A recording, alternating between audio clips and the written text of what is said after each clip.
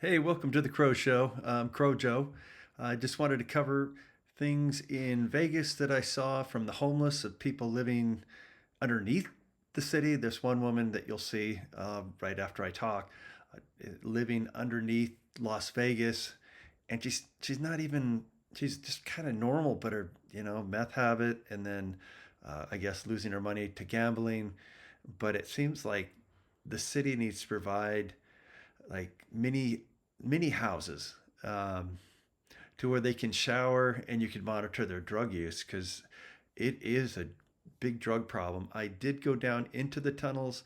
I didn't show that because it's their home. It'd be like me taking the camera and just going into where you live without asking for permission.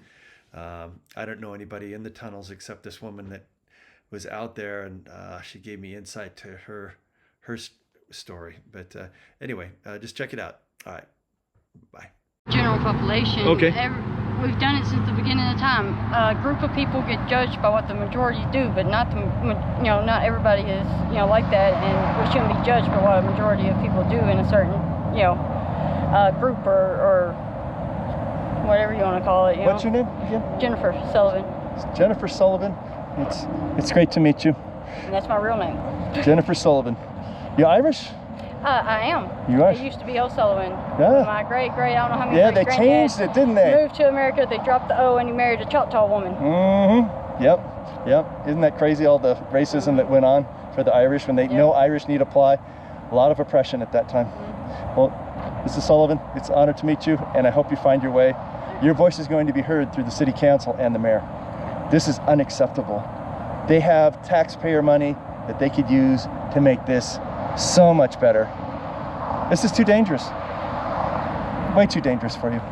Instead, the cops come through and they get you just for trespassing, you know what I mean? And they make, like at the Rio, when I was at the Rio, they were coming by like almost every single day. Mm-hmm. I think because they were fixing to do something big with the casinos and the casinos wanted us out or whatever. But I mean, still, if you're constantly going to jail, how are you going to be able to do anything to help your situation? That's right. It doesn't work. No. Throwing a drug addict in jail, there's no rehab. It just makes them meaner and crazier. I think they need to be arrested into a hospital. A lock-up hospital, dry out for 2 years, and hopefully come back out sane. But fentanyl, China fentanyl, and our government supplies that. And they also did this state mandate or state whatever you call it. It's not a government law, it's a state law, where they've been giving people this order out, which goes all the way from Russell to Sahara and I think Paradise to almost Decatur, which is a big area. And if you're caught in that area, you go to jail. Your first time's like 10 or 30 days, depending on what your thing was for. And I know someone who has it for a year. They can't be in that area. That is a huge area to avoid. It's almost set up to fail. Mm-hmm. It is. That's just not right. And I think it goes against our constitutional rights, like the Free Movement Act, where you're supposed to be able to move freely from state to state and within that state. You're correct. Now, I understand if it's, your 86 from a business and stuff, but a big area like that in a state, that's against your constitutional rights. Well, what's happening at our borders is what's killing America. Where do you stay? Do you have a place to stay? I stay at the Shelter Catholic Charities, but I really don't have to be homeless. I just choose to because me and my sister don't get along when my mother passed away. I think my niece was about 16. Okay. She's about 23 now. I really left. This Catholic charity, do they help? Did they have air conditioning for you?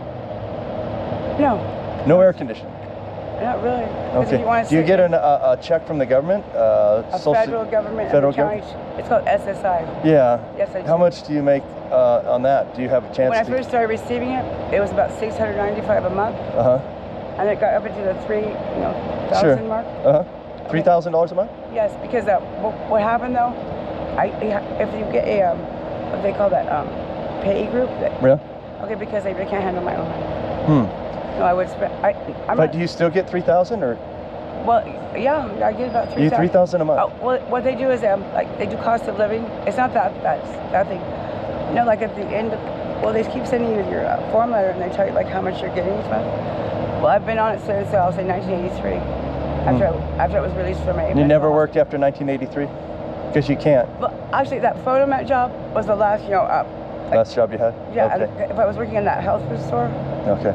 But you're A friend making. of my dad's got me that job. But what if you're making $3,000 a month? No, I don't make $3,000 a month. You don't? Not anymore. Look, when I was released from Crowjo State Mental Hospital, I see. but one of the social workers explained how that works. So you had a psychological disorder? Pretty much. Okay. And now they give you a check for $600 a month, and you have. No, they don't. But you can actually have that work out for yourself. But I would have to go through my sister's, good sense, and almost, Okay. Look, Okay. like to the police station, but I would have to have a social worker, and actually Help you. You need guidance. They say she's standing on that Burger King circle. Mm-hmm. I explained to the social worker what she does, sensibly in my mind, with my money, controlling Sure. my money. Yeah. Right. And actually get her off the reality of controlling it. You see? Yes. But I'm not going to do that. Okay. All right. So, here, thank you for your interview. I will give you $5 for your interview. Thank you so much. I'm not going to go back in Burger King. Be careful crossing the street. That woman was screaming at you. I know, man. It's just, I know, I'll say sight unseen. I've seen two of them a couple of times because I've been homeless Stay away for 8 from years. her. I know, but I don't know where to go. I was trying to hang out in Burger King. If I go back in there and I purchase something, should I do that? I don't I've been know. sitting there for almost an hour or two. See, this is what I'm talking about with the mayor. Folks like you. You told me not to just stay away from that girl. You should. But you said that. Yes. No, but let me finish. Let me finish here. The mayor? Who's talking? I'm talking to the mayor right now. That folks like this need housing, like a campsite, to where none of the violence that this woman is having to deal with right now. There's a woman across the street that is screaming like a maniac at her, and this is unacceptable. Well, she's almost telling me she's gonna beat the shit out of me or kill me, if you will, if I could just. Okay. Let me finish. Why would you talk to someone like that? I know, but I know. But she's got psychological problems like what you have, but different. No, I don't think she has any problems like me. Okay. I mean, I know she's like me though. This is what I'm talking about. Answer for a problem like that. She needs safe housing and a campsite with an address so she can get mail and also have air conditioning. Each unit should have, like those boxable houses, small boxable houses, so she could have her things, being safe, and then have a woman security guard at those sites, so men and women would be separated. So anyway, you take care of yourself. Thank you, I will. Watch your back. Okay. See you later. Take care. Bye. Here I am at Boulder and Tropicana in Las Vegas. It's about 115 degrees out right now. Not too bad, it's a dry heat. Over here is the Starbucks. You can't go in.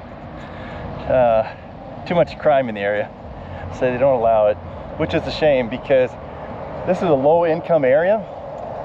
And why do low-income areas have to suffer the consequences of government not doing their job? Like local cities not having law enforcement protecting people. I noticed in Vegas, it's all run by Democrats, and it shows. The traffic problem is huge. They make it very difficult to use your gas-powered car. The other thing that I noticed, that loitering is accepted, and it causes havoc because when you're walking down the strip, you don't know if you're gonna have to fight for real. So that's one of the problems here. But this is over by, it's Royal Manor, Tropicana, and Boulder. Now I like this 7-Eleven, but they don't have they usually have classical music out here, but it's really very nicely designed, and I'll show you why. Over here, they've got like spikes, a spike strip here. Look at that. I'll show it to you right here. But you see that?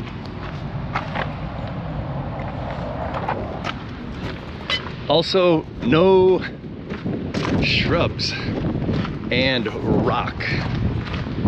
No shade.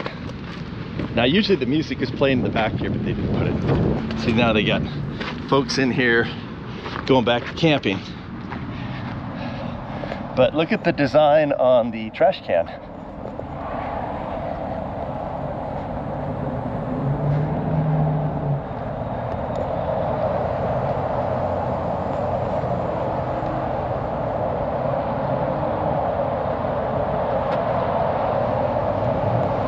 Very good design.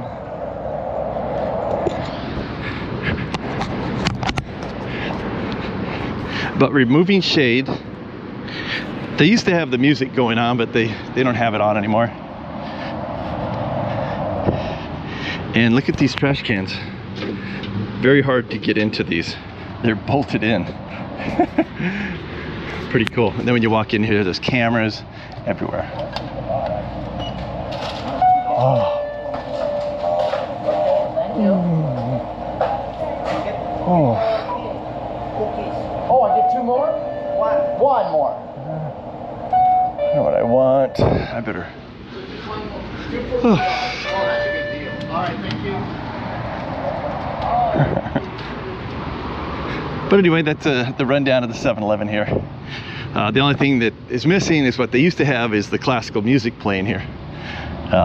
It really did work as a deterrent. This is a bad area.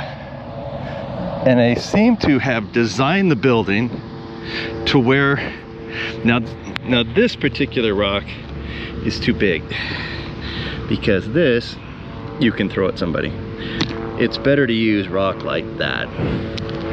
Because when you have big rocks and somebody crazy or somebody angry, multiple weapons to use, not good. So anyway, that's my experience there with the Tropicana Boulder experience at 115 degrees.